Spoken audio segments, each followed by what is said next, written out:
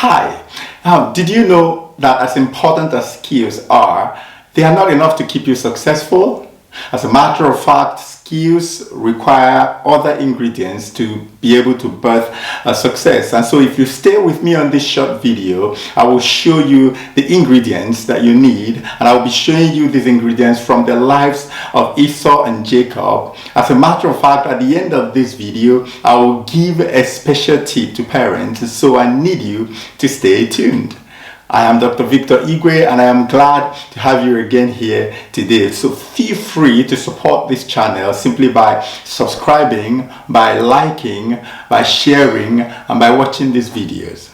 So last time we began a short and interesting story from the book of Genesis chapter 25 about Esau and Jacob, and we looked at some important business lessons from the story.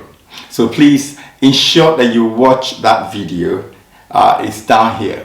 So today I want us to look at a few more lessons from the same story. Now you see, the story showed that Esau and Jacob had grown up at a time that these activities that we're talking about happened. So because of that, we observe that age does not always guarantee maturity. As a matter of fact, don't always attribute maturity to age, because it's possible to advance in age without getting wiser. You see, both Esau and Jacob grew up, but not wiser, because if they did grow wiser, they would not be struggling and having the kind of relationship that we saw in the story. You see, jealousy and covetousness are all symptoms of immaturity, of low self-esteem, you know, because maturity teaches us that we don't have to be anybody in order to be successful. In fact, if we try to become someone else, at best we can only be second or number two, because the person you're trying to be is already there. So the best you can become is number two. Rather, maturity teaches us to be the best versions of ourselves, because that is where purpose, that is where fulfillment is domiciled. So we see that Jacob tried everything, including taking Esau's identity in order to take his position and his blessing. But you also observe that he lost his own identity in the process and even had to go into exile. In fact, he was in exile until the latter part of his life, when he came to the realization of who he truly was and the fact that he couldn't continue that way. But today now, I want us to look at skills. You see, Esau got better at what he does, but he didn't get better at who he was. He was a very skillful hunter. So he became so skillful in his hunting business, but didn't get proficient in his self-control skills. Now, skills without character would only birth a temporary success, because skills require character to be able to be sustained. So when you grow in your ability to hunt, to kill your lunch, also make sure that you grow in your ability to control your appetite. Because if you don't do that, you will lose everything that your hunting skill produces. The next lesson in this story is like this: have a good understanding of your potentials. This is because if others know your worth better than you do, they will beat you hands down at the bargaining table. You know, Esau did not understand the value of who he was and what he had, so he sold it cheaply and lost everything.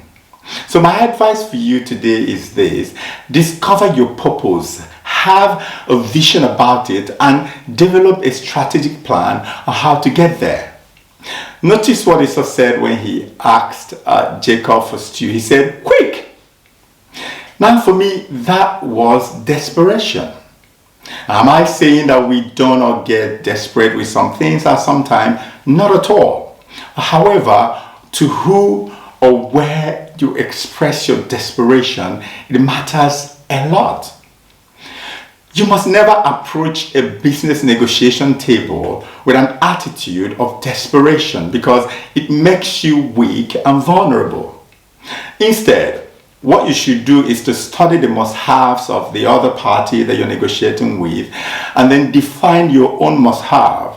Maybe one of these days I'll find the time to teach on negotiation. But in negotiation, you have your must-haves, you have your could-have, you have the other one that you don't necessarily have to have. The same with other parties. But when you can identify their must-have and define your own must-have or must-haves, as the case may be, at the negotiation table, what you try to do is to use your own strength to align with the opponent's must-haves, and then you have your deal. Definitely you will get your own must-haves, right? But Esau did not do this. Instead, he sold his birthright for a plate of stew. What I'm saying today is, don't be like Esau. Don't be like that. And so beware of appetite that grow into uncontrollable habits and emotions. Is very important. Because you see, in life, people do not get what they deserve. Not at all. Rather, people get what they negotiate. And you cannot negotiate beyond the level to which you understand your worth and the worth of the products or services that you offer. Now, this brings me to the next point, which is, don't go about hungry. Yeah, we all get hungry sometimes because of some reason. Sometimes we don't have the time to go grab lunch. But that's not what I'm talking about here. So what I'm trying to say actually applies to different areas of our lives and businesses. For instance, don't wait until the pressure point before acting. You see, whatever you can and should do today, don't leave for tomorrow.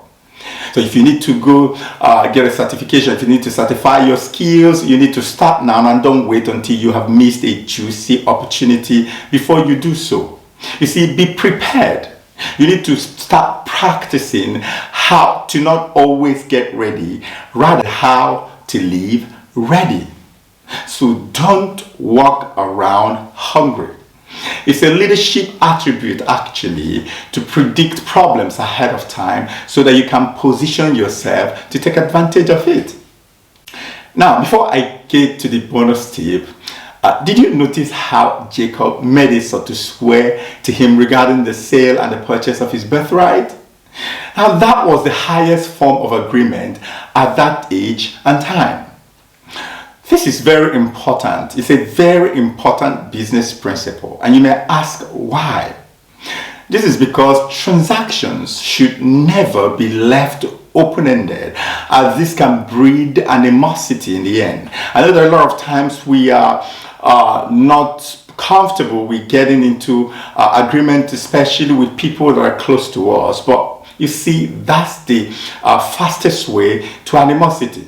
Why? Because the more contracts and the more agreements that you get into in the businesses that you engage, the less the need to fight in the future.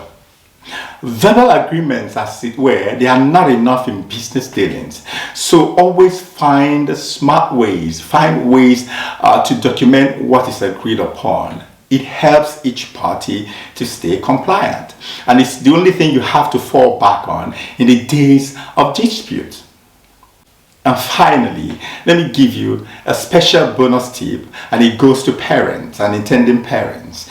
So aunties and brothers and fathers and uncles, listen attentively. You see, did you notice in the story that Isaac loved Esau while Rebekah loved Jacob? You see, one of the worst things that you can do in your family is to show preference among your children. It is an absolute no. Don't do that, please. Please understand that each child is unique. Each child is gifted in different ways from the others. And it's very important that we as parents or guardians, that we recognize this fact and try to focus on each one's strength rather than on their weaknesses. A lot of times in our homes, we try to judge the elephant by its ability to climb trees. Or when you try to judge or assess a monkey by its ability to swim, that wouldn't be a good assessment because each of them has its area of strength. Now, when you show preference over one child, what you do is that you end up awakening in the other ones either a feeling of jealousy or a sense of inferiority complex or a belief of inadequacy, and this can manifest itself in more ways than you can imagine. It is not impossible that the rift and the unhealthy competition between Esau and Jacob, it was caused by their parents and how they treated each other in the home. So beware, parents, please beware.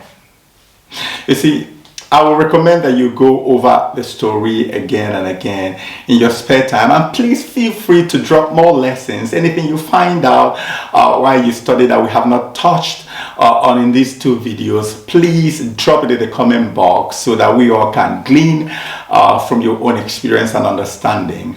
I am glad that you stayed with me up to this point. Thank you so much for watching, but please remember to subscribe, remember to like and to share. I will see you in the next video where we'll start talking about side hustle opportunities around us. Remember, we talked about inflation, so it's important that we begin to develop things that we can do by the side so that we can start making an additional stream of income. Take care and goodbye. Check out other videos in this channel. Just hit the button and subscribe. Money, leadership, and man. Money, leadership, and